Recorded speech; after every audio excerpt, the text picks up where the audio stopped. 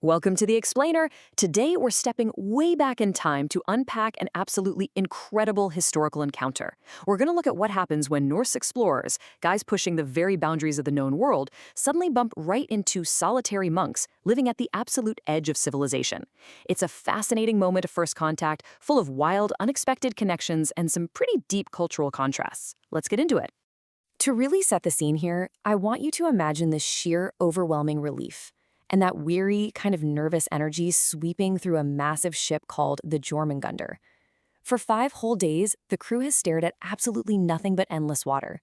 Then, suddenly, a hoarse cry from the crow's nest shatters the quiet. Land, ice, to the north! As the sun finally breaks through the clouds, the distant snow-capped peaks of Iceland break the horizon, glinting in that early morning light. It's the land of ice and fire, and honestly, an absolute beacon of hope for these exhausted travelers. But here's the catch. This seemingly untouched wilderness isn't actually empty. So what exactly happens when hardened Norse explorers meet isolated monks at the very edge of the world? Well, that is the fascinating collision we're unpacking today, starting with a seriously unexpected welcome on a stretch of black sand beach.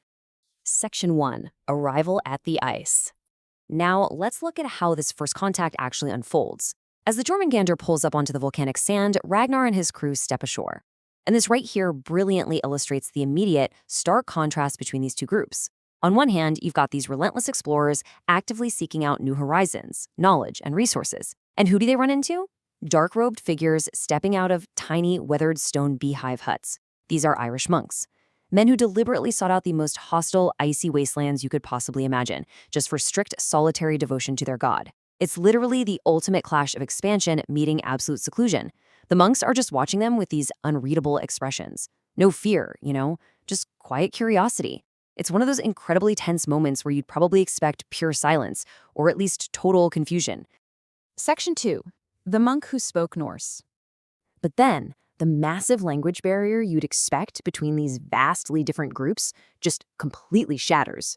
An older monk with a long gray beard steps forward, clutching a wooden cross. He smiles, kind of in disbelief, and to the absolute astonishment of Ragnar and his crew, he greets them in Old Norse, specifically the language of Birka, but with this old, archaic saga-like lilt. He says, "Welcome, travelers. You have come far." I mean, you can imagine the absolute shock rippling through the Norse crew right then. This one revelation completely flips the dynamic of the encounter, turning total strangers into connected kin. But obviously, it begs a massive question. How on earth did a monk out here at the edge of the world speak Old Norse? Well, the answer lies in the monk's own backstory. He tells them his name is Aedh, and get this, his mother was actually a Swedish woman from the north. She had been brought to Ireland, likely traded or taken in a raid, though he says she never really spoke about the circumstances. Aedh was born and raised in the Christian faith there in Ireland, but his mother taught him her native language as her one surviving link to the past. For Chieftain Ragnar, this is a profound realization. Aedh's story suddenly opens up this complex, hidden narrative of the Norse people's ancient wanderings. It just goes to show that this journey is unearthing forgotten, cross-generational connections spanning across vast, incredibly dangerous seas. It's a brilliant reminder of why we study this stuff. Human culture is rarely a straight line, and beautiful, unexpected blending can happen literally anywhere.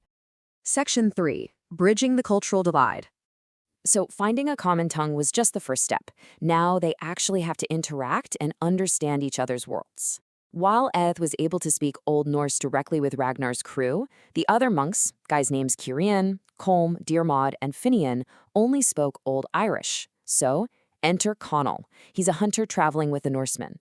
Connell steps up and brilliantly uses intuitive sign language to bridge the gap with the Irish monks. He reads their gestures, uses his hands and body to translate back and forth, and creates this really rich, multi-layered network of communication.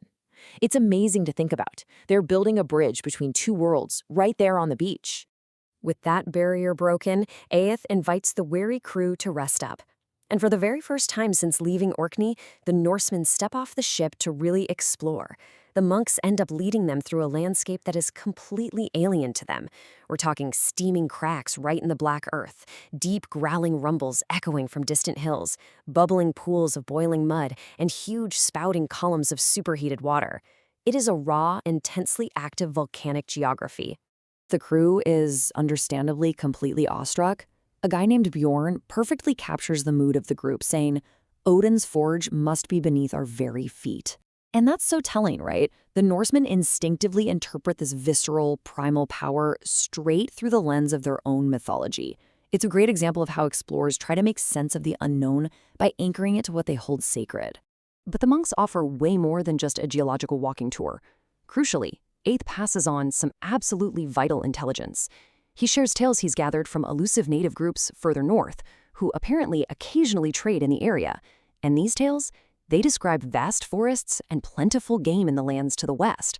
This information completely fires up Ragnar's imagination. Wood is a super scarce, precious resource back in his homeland, so this promise of endless forests is huge. It basically confirms that their incredibly dangerous journey westward is actually going to pay off. Section 4, Ránveig's spiritual conflict. Now, a really crucial point here is that not all the discoveries they made in Iceland were just about geography or tactics. Some of them sparked some pretty intense internal turmoil. While the crew is busy learning about the physical land, Ránveig, the seer, is deeply focused on the spiritual currents. And we see a profound clash of worldviews unfold. On one side, you have Ránveig. Her faith is highly animistic. She's deeply connected to the spirits of the land and sea, Norse cosmology, and she's guided by her lodestar fragment. On the flip side, Ealhved represents the solitary monotheistic belief in a single, all-powerful Christian god who demands extreme isolation.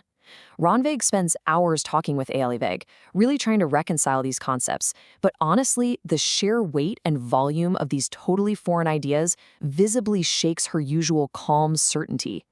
In fact, right as they are preparing to leave, she pulls Ragnar aside and gives him a pretty striking warning. She says, "I have misgivings about this Christian religion. It does not feel right for our people or for the spirits of the lands we seek." Her deep reservations introduce this heavy, lingering spiritual tension.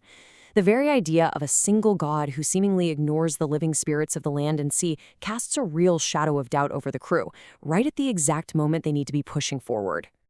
Section 5. Journey to the West. But, as always, the journey has to continue. With their supplies restocked and these complex, heavy new ideas weighing on their minds, it's time for our explorers to move on. Following their really intense stay, the physical journey immediately picks back up at a daunting pace. First, they spend time stocking the Jormungandr with fresh water and whatever meager provisions the monks are able to spare. Next, there's this incredible farewell moment where Aedh actually blesses Ragnar by both Odin and his Christian god. Talk about covering your bases. Finally, the great sail drops down into the freezing wind, and the prow turns once more toward the vast, unknown Western Ocean. The days quickly start to blur into a steady rhythm of creaking timbers as the gray outlines of Iceland slowly fade away behind them. Håkon, the master, stands firm at the tiller, his white beard whipping like a flag against the dark wood of the ship. Sure, the sun might be high in the summer sky, but let me tell you, it holds a lot less warmth out here. The air is growing steadily, noticeably colder, giving them a harsh hint of the true, freezing nature of the expanse that lies ahead. And that leaves us with a pretty compelling question to think about. What actually awaits the Jormungandr in that icy expanse out west? They're actively sailing toward Greenland now. They are armed with this tantalizing new intelligence of vast forests, but at the same time, they're really burdened by the spiritual friction that Ránveig feels so deeply. As they push further into the freezing dark, we really have to wonder, what kind of new lands or totally unseen dangers are lying in wait just over the horizon? Thanks so much for joining me for this explainer, and remember to always keep questioning what lies beyond the edge of the map.